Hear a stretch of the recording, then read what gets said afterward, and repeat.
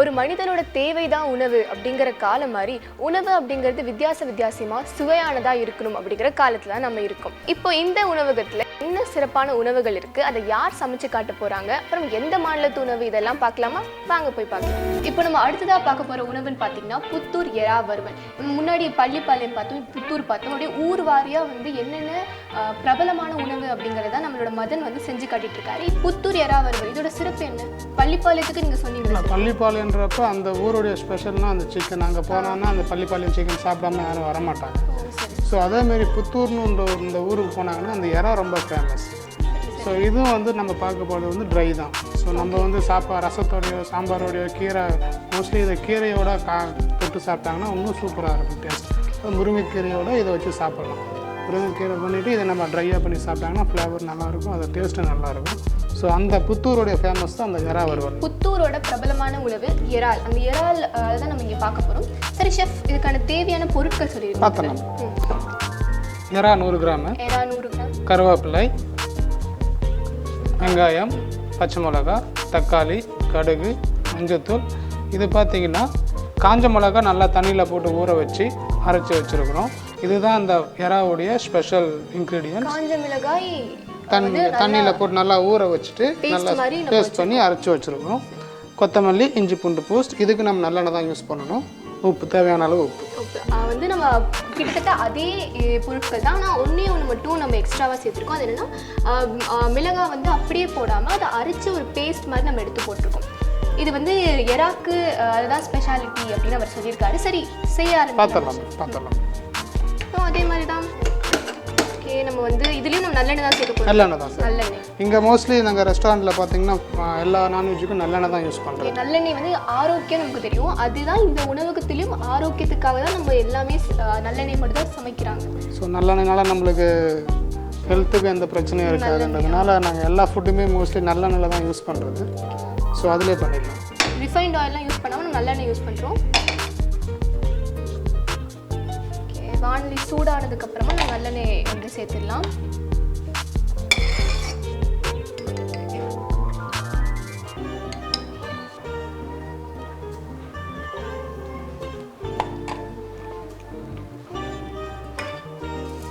கடுகு நல்லா பொரியிற அளவுக்கு நம்ம இதில் போட்டு வதக்க போகிறோம். நம்ம கொஞ்சம் கருவேப்பிலை, மணத்துக்காக நம்ம கருவேப்பிலை சேர்ப்போம். பொடியாக நறுக்கப்பட்ட பச்சை மிளகாய்,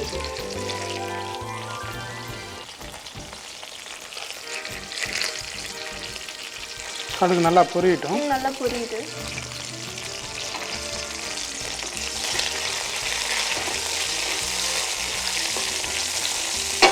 நல்லா பொரியதுக்கு அப்புறமா நம்ம வெங்காயம் இதுலமே சின்ன வெங்காயம் சேர்க்கணும். இதில் வந்து நம்ம சின்ன வெங்காயம் சேர்க்க தேவை. ஏன்னா சிக்கனுக்கு தான் சின்ன வெங்காயம் வந்து ரொம்ப ஒரு ஸ்பெஷல். இதுக்கு நம்ம வந்து பெரிய வெங்காயத்தையே நல்லா பொடியை நறுக்கி நம்ம இதை சேர்த்துருக்கோம். பார்க்கவே எவ்வளோ அழகாக இருக்குது. சமைக்கிறதுக்கு முன்னாடி இவ்வளோ அழகாக இருக்குது. கொஞ்சம் நல்லா வெங்காயம் வதங்கட்டும். நல்லா வந்து பொன்னிறமாக மாற வரைக்கும் வெங்காயம் நல்லா வதக்கட்டும். இதோட ப்ரிப்பரேஷன் டைம் எவ்வளவு நேரத்தில் சமைக்கும்? நம்ம சீ ஃபுட்டெல்லாம் எடுத்துட்டிங்கன்னா மேக்ஸிமம் 10 to 15 minutes. அதுக்கு மேலே வந்து உங்களுக்கு டைம். சீ ஃபுட்னாலே வந்து சீக்கிரமாக வெந்துடும். நம்ம சிக்கன் வேகிறதுக்கு கொஞ்சம் நேரம் டைம் ஆச்சுல, ஆனால் இது வந்து இறால் அப்படிங்கிறதுனால சீக்கிரமாக வெந்துறதுனால 15 நிமிஷத்தில் நம்ம இதை செஞ்சிடலாம். இது நல்லா வந்து வதக்குறாரு. கொஞ்சோண்டு சால்ட் போட்டுங்க. தேவையான அளவு உப்பு. சீ ஃபுட்லலாம் எப்பவுமே உப்பு கொஞ்சம் கம்மியாக தான் போடணும். ஏன் ஷெஃப்? சீ ஃபுட்டில் வந்து உப்பு ஆல்ரெடி அதில் உப்பு இருக்கும். ஆமாம், வந்து சீ ஃபுட்னாலே கடல் தண்ணியில் இருக்கிற அந்த உயிரினம். ஸோ வந்து ஆல்ரெடி அதில் உப்பு இருக்கும். அதனால எனக்கு கொஞ்சம் கம்மியாகவே போடலாம். சிக்கன் அளவுக்கு நம்ம நிறைய போடணும்னு இல்லை. ஓகே, உப்பு போட்டாச்சு.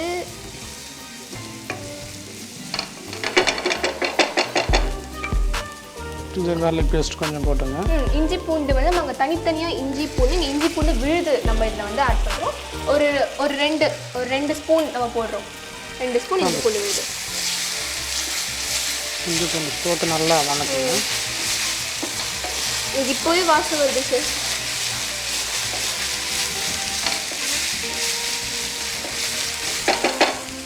கொஞ்சோண்டு மஞ்சள் தூள் போட்டுங்க.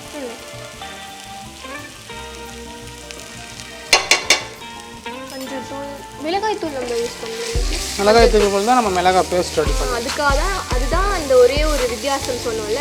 அந்த மிளகாலாம் வந்து நம்ம அரைச்சி பேஸ்ட் மாதிரி வச்சதுக்காக மிளகாய் தூள் பதிலாக நம்ம வந்து இதை நம்ம ஆட் பண்ணுறோம். மஞ்சள் கலரில் ஆயிடுச்சு, மஞ்சள் தூள்லாம் போட்டாச்சு. இப்போ நம்ம அடுத்ததாக இறால் இந்த ஸ்டேஜில் இறால் ஃபஸ்ட்டு இறால் சேர்க்க போகிறோம். நல்லா பெரிய பெரிய இறாவை எடுத்துட்டா சுவை அதிகம்.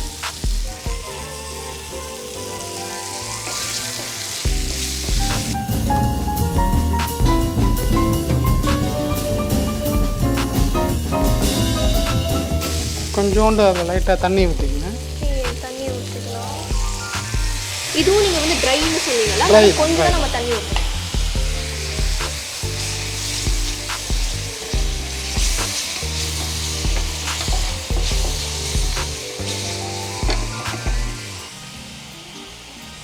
தக்காளி,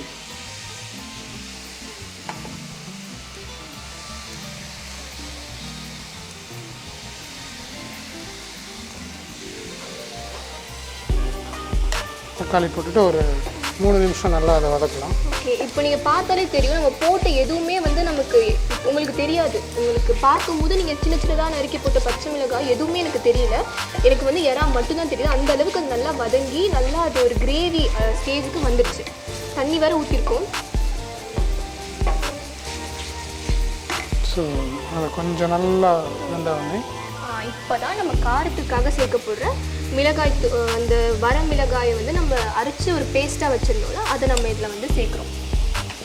இதுதான் காரத்தை கொடுக்கும்.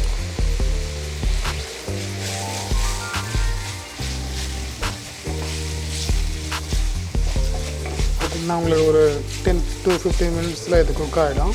10-15 நிமிஷம் தான் இதுக்கு குக்கிங் டைம். ஏன்னா வந்து சீ ஃபுட் அப்படின்னு சொல்லிட்டீங்க.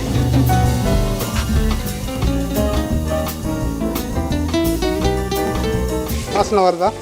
நல்லாவே வருது சார். வந்து சரி, இப்போ வந்து இன்னும் ஒரு 5 நிமிஷம் இது எடுக்கும்ல? இன்னும் 10 மினிட்ஸ் ஆகும். இன்னும் 10 நிமிஷம் எடுக்கும். சரி, அது வரைக்கும் நீங்கள் இதில் என்னென்ன போட்டிருக்கீங்க அப்படின்னு சொல்லி பார்த்தலாம். என்னென்ன பொருட்கள் போட்டிருக்கீங்க? ஃபஸ்ட்டு எண்ணெய் ஊற்றிருக்கோம். அதுக்கப்புறம் லைட்டாக கடுகு போட்டிருக்கேன். அதுக்கப்புறம் பச்சை மிளகாய் போட்டிருக்கேன். அது ரெண்டுமே கொஞ்சம் நல்லா ஃப்ரை ஆனோடனே வெங்காயத்தை போடணும். வெங்காயம் போட்டுட்டு கொஞ்சம் நல்லா வதக்கிட்டு உப்பு போட்டுட்டு இறாவை போடணும். இறாவை போட்டுட்டு கொஞ்சம் தக்காளி போட்டு இறாவை கொஞ்சம் நல்லா மிக்ஸ் ஆனோடனே லாஸ்ட்டாக நம்ம அரைச்சி வச்ச சாந்து காஞ்ச மிளகாய் சாந்து போட்டுட்டு ஒரு 10 to 15 மினிட்ஸ் நம்ம அதை குக் பண்ணிகிட்டே இருந்தோம்னா அது நல்லா வெந்து ட்ரை ஆகிடும். நல்லா வந்து மிதமான தீயில வச்சுருக்கீங்களா இல்லை அதிகம்? நார்மலாக வச்சுருக்கீங்க. அப்போ தான் சீக்கிரமாக வந்து நமக்கு வேகும். பார்த்தீங்கன்னா அப்படியே சிவப்பு நிறத்தில் வந்து அவ்வளோ அழகாக இருக்குது. நம்ம இதில் பார்த்தீங்கன்னா மல்லித்தூள், அந்த குழம்பு தூள் எதுவுமே நம்ம எதுவுமே எந்த ஒரு தூளுமே நம்ம போடல.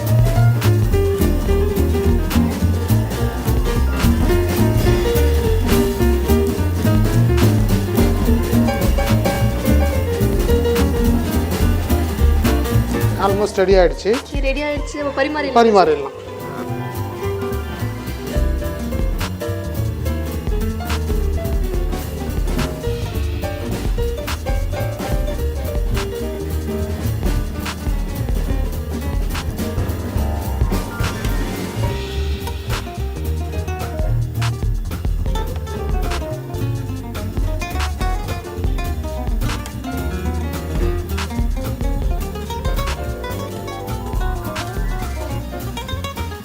புத்தூர் இறால் வறுவல் ரெடி ஆகிடுச்சு. நீங்கள் சுவைச்சு பாருங்கள். ரொம்ப நன்றி.